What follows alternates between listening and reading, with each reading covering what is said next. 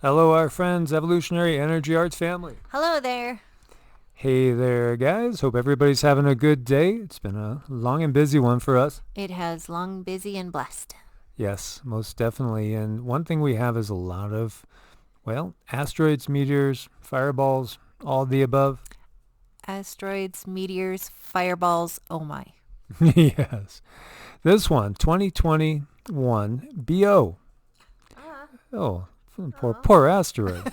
I know. That's sad. How did they know? Is it composed of sulfur? I wonder if it has like a complex now. It might. Well, it flew past Earth at zero point zero 0.06 lunar distance, that's really close. Yeah. That's a really close one.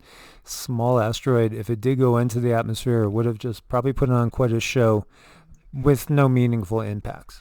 Probably not, yeah. But it's been busy, guys. It is busy out there. There's been a lot of them. Large fireball explodes over Galicia. Loud boom reported. This is in Spain. And witnesses reported hearing a loud roar minutes after the meteor exploded. So, yeah, we got so many of these going on. I would need to sit a minute with these. I'm not picking up anything too strange right away, but yeah. Well, there's videos for you guys to see. You can see how bright it was there. And here you can see everything getting really bright. And there you can see it as well. Nothing, huh? I think it's just been a long day. Yes, it has been. And we see over here, this is down in Puerto Rico. Several meteors and a bright meteor fireball reported over Puerto Rico. And Puerto Rico is a beautiful country that's been through so much with the natural disasters. And so we got some fireballs. We also had a lot of swarming going on the southern part of Puerto Rico, earthquake swarming for quite a while now. And again, there's links and videos for you guys. There was a mini tsunami that hit Manando in North Sulawesi. This is in Indonesia. And it surprised people. It wasn't life-threatening by any means, but definitely threatening to your sneakers if you're out for a jog. Totally and completely, yes. Or your car, as one of these cars, if you guys watch the videos here, they got caught unaware, and I think it freaked them out, rightfully so. Yeah, they all get a good bath. Driving along, and all of a sudden, water's coming over you. Yep, free bath. Yes, most definitely. Well, 15 dead, 24,379 houses inundated. Worst floods in 50 years, and this is also in Indonesia, which is an island nation. And as we've said, I can't think of a place that would be a tougher place to ride out these earth changes. You have floods, you have tsunamis, you have earthquakes, you have volcanic activity, you have cyclones. You got it all in Indonesia. You really do. I feel bad for them. Yeah, I mean, tropical paradise, but there's always challenges anywhere we look. Everywhere we look. As you can see, all those cars buried. I wouldn't want to be buying one of those at a used car, place later on. Yeah, I would be shedding a tear making that payment. As you see, they're going in water that's between waist and chest high. And then you got to be worried about, is there anything, electrical that's exposed as you're going through this? There was a young man in Texas 2 years ago that was in a situation like that, and he got electrocuted. He didn't know. Oh, no. Yeah. That's so sad. Yeah, I remember that one well. Not quite 2 years ago. Look at all that. Just totally flooding. And guess what that's going to do? It's going to cause more problems with loss of crops. Yes, it will. And we've talked about that at length. That's one of the things that's one of the main points of this perfect storm. So many people are now refugees across the globe. And also, the just ongoing pressure on the food supply. So we jump from there, we jump all the way over to Bolivia, which suffers devastating floods in 7 provinces.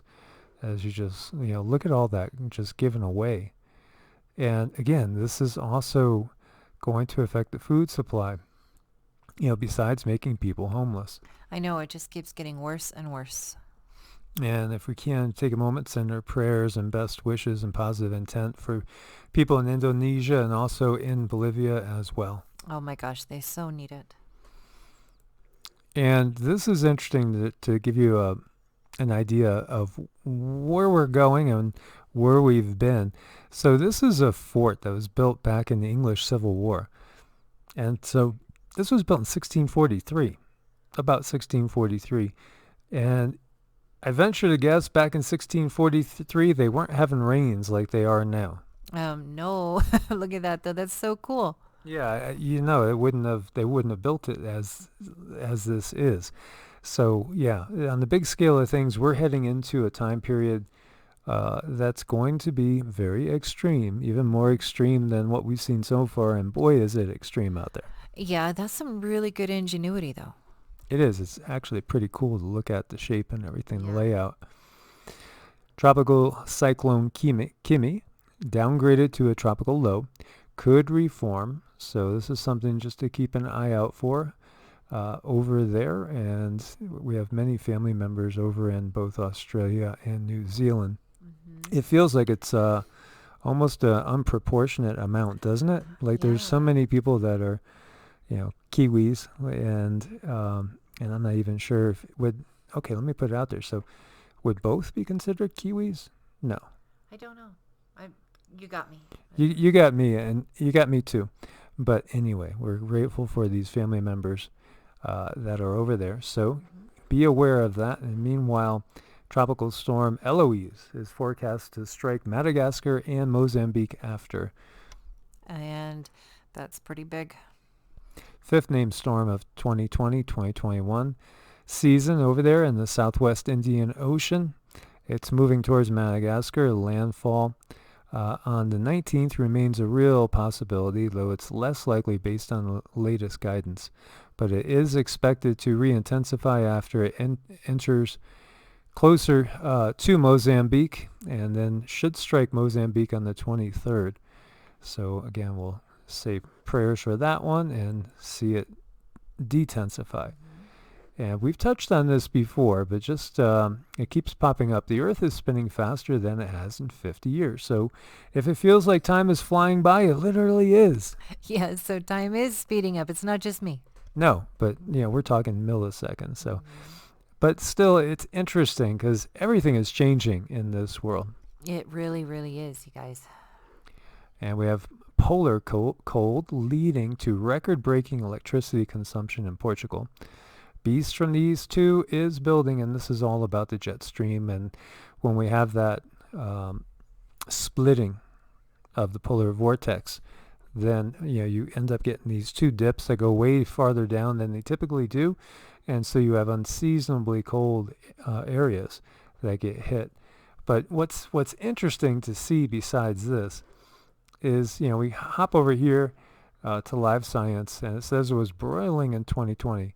Hottest year ever. Boy, don't they say that every year? Hottest year ever. Hottest year ever. Yep, hottest year, coldest year, biggest flood every day. So they say 2016 was actually the hottest, and so 2020 was the second hottest. Oh, but you know what happens later on? This all gets revised like decades later when nobody cares. That's right. Nobody cares. Nobody followed it, so why not just throw it out there?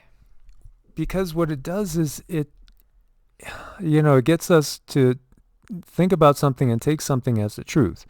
So when they say, 2020 was the second highest year ever, and that's what you get, then there's a revision later on, 5-10 years down the road. Oh, actually, that was inaccurate. And so it'll fall in line with typical normal, or maybe even getting colder. But yet the impression was made. Yeah. They've already sold it to people, and it's already registered in their minds, and so they just assume that's the truth when it might not be the truth, because we've seen so much revisionist history here after the fact, and not just with climate change. Right. No, not just with that. So many, our whole belief system. It's amazing how this world can. You have people out there that just simply make statements that we know are completely, unfounded, baseless, and not true, but they state them as if they're true. And unfortunately, the vast majority of people out there just believe it's true, even though they won't even look any farther. If all you're watching is CNN, MSNBC, and even good old Fox News, you're getting programmed. You're just getting programmed. And, my mom was, a perfect case in point. I would say to her things like, did you hear about this? No. Did you hear about that? No. Do you know about this? No. I don't see any of those things going on. Well, what are you looking at media-wise? Well, I throw on CNN, I read the New York Times, maybe the Washington Post. This is my own mother. Well, she passed on. I love her, but talk about frustrating. Frustrating when people are only getting programmed without going deeper. That's how we get into these problems. That's how we're in this pickle that we're in right now. Well, yeah, all this separating of the energies, everybody has their ability to go online and find their own personal point of interest if it pleases them, and then they bring it back to somebody else and say somebody else doesn't agree with it. Well, then they're angry at each other. Yeah. And as we've said, family is not always, they're not always going to be people that you see eye to eye with. As my sister's a career nurse. She's the first one to take a poke every year, and every year without fail she gets sick. Yeah. I haven't taken one since childhood. I did when I was a kid. My parents did do the ones that you had to do to get into school, but I've never done anything since. And I haven't had the flu or anything really, so to speak. Whereas my sister, every single year, sick as a dog for a week. I know, and I don't understand it. And do they think it's normal? No, she just thinks I'm an idiot. She thinks I'm just one of those crazy whack jobs out there, But meanwhile, I'm not the one that's homesick. So she can't put the two together, that she gets the poke and she gets sick? No, it just seems to go right over her head. So I wonder if that's, I guess that's part of the part of the, not a benefit, but one of the things of getting the poke is that you're just clueless. Maybe that adds to the cluelessness. Yeah. It really can. It's sad. And it's the same thing with, we were just talking to one of our family members, who is an archaeologist, a very, very cool person, and he's probably listening, very enjoyable, very intelligent. And just recognizing that as you're going through the schooling, it's not so much about having new novel ideas or discovering new things. It's about going along with the paradigm. You got to go along with the paradigm, otherwise you don't get funding. And so, you're just not going to be able to make the ends meet. You're not going to be able to discover new things unless these new things fit in exactly with the paradigm that is put out there. It's part of the system that we're in, guys. It's such a devious system, and it impacts every aspect of our lives. And fortunately, many are waking up now to what it really, really is, and searching to get out of there. And by the way, he has his own farm, so good for him. Yeah. Good for him. I think that's beautiful. You could support yourself and family, and maybe even some of the locals.